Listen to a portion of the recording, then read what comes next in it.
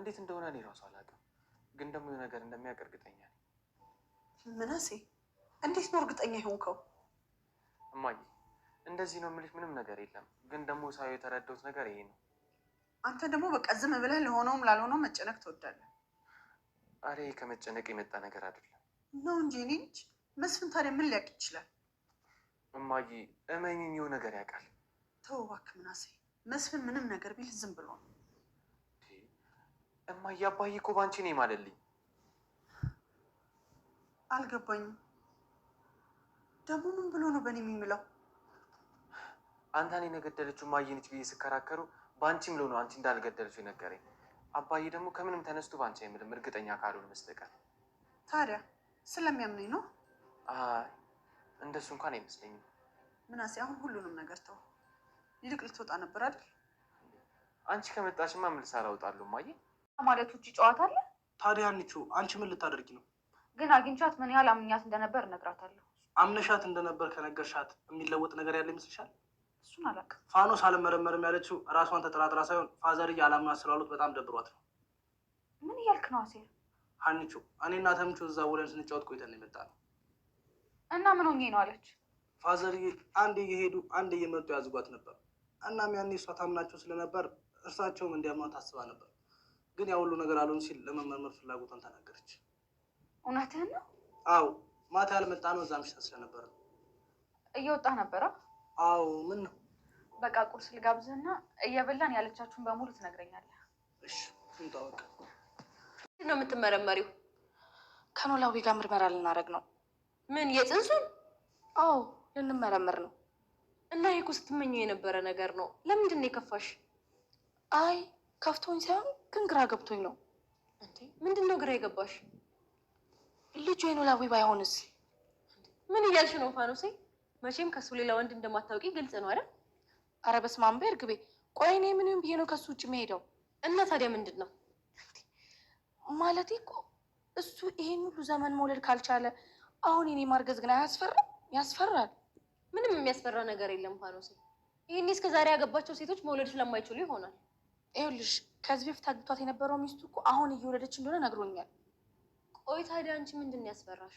አለ አይደል ምናልባት በሌላ መንገድ አርግዤ ከሆነ እኮ ብዬ ነው። ኧረ ፋኖሴ ምን ሆነሻል? ይህን ያህል አብዝቶ ማሰብ ምን የሚሉት ነው? ሰውየው እኮ አስፈርቶኝ ነው። በፍጹም ፋኖሴ ምንም የሚያስፈራ ነገር የለም። አንቺ ራስሽን ካመንሽው። ሰላም ጤና ይስጥልኝ ውድ የቻናላችን ቤተሰቦች በያላችሁበት ሰላማችሁ ይብዛ። እንኳን ወደ ቻናላችን በሰላም መጣችሁ። ለዚህ ቻናል አዲስ የሆናችሁ ቤተሰብ ሆኖ እናመሰግናለን ስለምታደርጉልን ነገር ሁሉ። ኖላዊ ድራማ እንደተለመደው ይዘንላችሁ መጥተናል። አቶ መስፍን ወንድሙ እንደገደለ አውቋል ማለት ነው። እንግዲህ የጠረጠረው የለም ነበር ድማሙ እንደገደለ። ምክንያቱም ያው እንደገደለ ወደ ሀገር ቤት ስለሄደ ለምንድነው በድንገት ሄዶ ብለው አልጠረጠሩም ነበር። አሁን ላይ ግን ደውሎ ተናዟል ማለት ነው። ወንድም ጥላ እኔ ነኝ የገደልኩትኝ፣ ስለዚህ እስራኤል ልናዘዝ ብዬ ነው፣ እናንተ ምንም እንዳታስቡ፣ እኔ ኃላፊነቱን ወስዳለሁ ብሎታል። እና አቶ መስፍንም በጣም ነው የደነገጠው። ምክንያቱም አልገመተውም። ያው ወንድሙ የሚሳሳለ ትንሽ ወንድሙ ስለሆነ ችግር ውስጥ በመግባቱ እና በዚህ መልኩ ወደ እስር ቤት በመግባቱ በጣም ያዘነው ማለት ነው። እና የሚያደርገውን ነበር የጠፋው። ከዚህ በፊትም ከዚህ ወደ ሀገር ቤት መሄድ አልፈልግም፣ እዚህ ስራ እንድትፈልግልኝ ይፈልጋለሁ እያለው ነበር። እናም እኔም የምትፈልገውን ስራ ወይም ደግሞ ጤፍ ከሀገር ቤት እያመጣህ እንድትሸጥ እኔ የተቻለኝን ሁሉ አደርጋለሁ ብለው በዚህ ተስማምተው ከዛ ወደ ክፍለ ሀገር ላለመሄድ ነበር። አሁን ግን ሁለታቸውም ሲጨነቁ በማየቱ ቤተሰቡን የበጠበጠውን ጠላቱን ግንባሩን ብሎ ተሰዷል። እናም ተመልሶ መጥቶ እንግዲህ መንግስት ባለበት ሀገር እስከ መቼ ድረስ እንደዚህ እኖራለሁ? እጄ መስጠት አለብኝ እና ስህተት ነው የሰራሁት ወይስ አይደለም የሚለው ከራሱ ጋር ክርክር ውስጥ ገብቷል ማለት ነው። ወይዘሮ ሜላትም ፖሊሶች ወደ ቤቷ መጥተዋል። ፖሊሶች እንግዲህ አቶ በቃሉን ምርመራ ካደረጉ በኋላ አቶ በቃሉም ከዚህ በፊት ያው አንተነህ ከማን ጋር ተጋጭቶ ከማን ጋር ተጣልቶ ያውቃል ብለው ሲጠይቁት ያው ሊጣላ የሚችለው ከሜላት ጋር ነው ብሎ ስሟን ስላነሳ በዛ ምክንያት እሷንም ምርመራ ለማድረግ ተመልሰው ወደ እሷ ቤት አንኳኩተው ገብተው ነበረ። እናም እሷን ጥያቄ ጠይቀዋታል። ከዚህ በፊት የት እንደሚተዋወቁ ምን ያህል ቅርበት እንዳላቸው ከአንተነህ ጋር ጠየቋት ማለት ነው። እሷም ያው የቀድሞ ሰራተኛ እንደሆነ ልጇን እያስቸገረ በዛ ምክንያት ከስራ እንዳበራረችው እና እስከ ሞት የሚያደርስ ግን ምንም አይነት ጸብ እንደሌላቸው ግልጽ አረገችላቸው ማለት ነው። እናም አንቺ የግድየው እሱ ሲሞት የግድየው ቀን የት ነበርሽ አሏት። እኔ የትም ልሆን አልችልም ቤቴ ነኝ ብላ ተናገረች ማለት ነው። እናም በዚህ ምክንያት ድጋሚ ተመልሰን እንመጣለን ብለው ነግረዋታኝ ሄዱ ማለት ነው። በዚህ ምክንያት ምርመራ ሲያደርጉ እነ ሀናና ምናሴ አጠገቧ ነበረ። ፖሊሶች ሲመጡ ያው ወጥተው ስለነበር እየተጨነቀ ነበር ምናሴ። የምር እማዬ ሳታረገው እንኳን የእነሱን ጥያቄ ፈርታ ብታምነስ ድጋሚ ወደ እስር ቤት ስትገባ ከዛ ምንድነው ማድረግ ያለብን እያለ እየተጨናነቀ ነበር። ሀና ግን እርግጠኛ ሆና እማዬ አላደረገችውም፣ ስለዚህ ምንም ነገር አያረጓትም፣ ጥያቄ ጠይቀዋት ብቻ ነው ከዛ እሚተዋት እያለች በተቻላት መጠን ወንድሟን እያጽናናች ነበር ማለት ነው። በሌላ በኩል አቶ ኖላዊ ቫኖስን ምርመራ ካላደረግን ብለው ሂደው ጠይቀዋት ነበር። እሷ ግን ከዚህ በፊት ስላናደዷትና ስላላመኗት በቃ ምንም አይነት ምርመራ ማድረግ አልፈልግም ብላ መለሰችላቸው። እሳቸውም ለምን ሲሏት ያው መብት የመሰለኝ ምንም አይነት ምርመራ አላረግም ብላ እንግዲህ ጥላቸው ሄዳች። በዚህ ምክንያት አባባ ኖላዊ ተናደዋል። ምክንያቱም ተናዳ ሳይሆን በቃ በራሷ እርግጠኛ መሆን ስላልቻለች ነው ምርመራ አላረግም ያደረገችው እንጂ በራሷ እርግጠኛ ብትሆን ኖሮ እናርግ ትለኝ ነበር ብሎ በዛም ተናደዋል። ግን ተምቹና ጆሮ አባባ ኖላዊ ከሄዱ በኋላ ቁጭ ብለው ለማናገር ሞከሩ። እኔ ሰላም ነው ቀርቻ አይደለም አምነዋለሁ፣ ልጁም የሱ እንደሆነ እርግጠኛ ነኝ። ነገር ግን አናዶኝ ነው ከዚህ በፊት ምርመራ እናርግ ስለው አልፈልግም ልጅ አይደለም ብሎ እኔንም ሰድቦኝ በጣም ክፉ ነገር ተናግሮ የኔለና በዛ ስለተናደድኩ ነው እንጂ ምርመራ ማድረግ ሳልፈልግ ቀርቻ አይደለም ብላ ሁለታቸውም እንግዲህ አናግረው አሳምነዋት ምርመራ ሊያደርጉ ነው ማለት ነው። እናም ወደ እርግብ ሄዳ ምርመራ ላደርግ ነው ብላ ነገረቻትኝና ይሄ እኮ ስትፈልጊው የነበረ ጉዳይ ነው እና ደስ ይልሽ ነው የሚገባው መጨነቅ የለብሽም ስትላትኝ ምናልባት በቃ በጣም ጨንቆኛ፣ ምክንያቱም ከዚህ በፊት ረጅም ዓመት ልጅ ያልወለደ ሰውዬ እንዴት ነው አሁን ዛሬ ምን ተፈጥሮ ነው ከኔ ልጅ የወለደው እና በጣም ጨንቆኛ፣ ምክንያቱም ከዚህ በፊት የነበሩት ሚስቶቹ እንደወለዱ በተለይ አንዷ ሚስቱ እንደወለደች ነግሮኛል ምናምን ብላ ለእርግብ ነገረቻት። እርግብም አንቺ መጨነቅ የለብሽም ራስሽን እኔ እነግርሻለሁ፣ እርግጠኛ ነኝ ልጁ አባባ ኖላዊ ነው፣ አንቺ መጨነቅ የለብሽም፣ ይልቅስ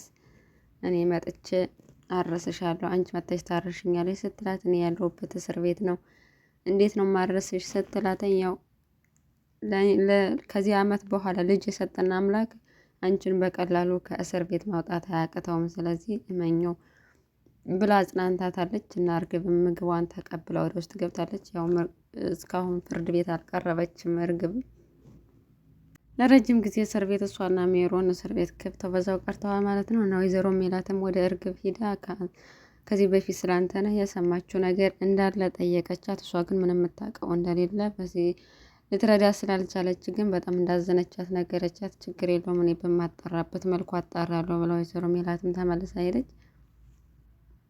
አቶ መስፍንም ያው ግራ ገብቶታል። በጣም ተጨናንቋ ቤት ውስጥ ያለውን ነገር ለቤተሰቦቹ እንዳይናገር ያው የሀናና የሰላም በተለይ የሀና ሽምግልና እየተቃረበ ስለሆነ የልጁን ደስታ ማደፍረስ አይፈልግም። ዝም እንዳይል ደግሞ በጣም ተጨንቋል ማለት ነው። መደበቅ አልቻለም ጭንቀቱን።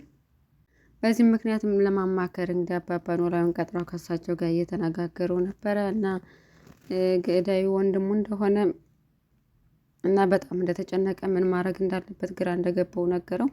አባባ ኖላዊን በጭራሽ አሁን ለቤተሰብ መናገር የለብንም፣ በተቻለ መጠን ሁኔታህን ለመደበቅ ሞክር፣ ምክንያቱም ልጅ ከረጅም ዓመት ስትጠብቀው የነበረው የደስታዋ ቀን እንዲበላሽባት አልፈልግም እና በተቻለ መጠን እኔ መፍትሄ እንፈልጋለን፣ አንተ ደብቅ ብሎ መከረው ማለት ነው።